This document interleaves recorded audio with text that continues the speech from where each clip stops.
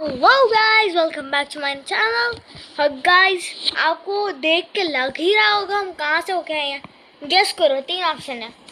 बीच, water park, sorry, बीच, water park या park. पता correct answer क्या है? टिक टिक 1, टिक टिक 2, टिक टिक 3, टिक टिक 4, टिक टिक 5।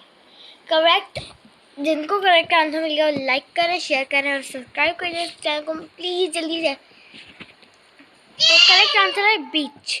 हम गए थे काइट बीच। मैंने पहले भी आप लोगों को बताया था, पर मेरी मम्मा में जो मैं अपनी मम्मा के मोबाइल में वीडियोस बनाती हूँ वो अपलोड करना मुश्किल हो जाती हैं, तो उसके लिए आपको न्यू नहीं मिलते हैं।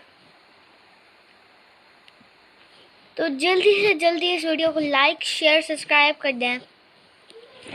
मच लव एंड अल्लाह हाफिज़, bye bye, see you again.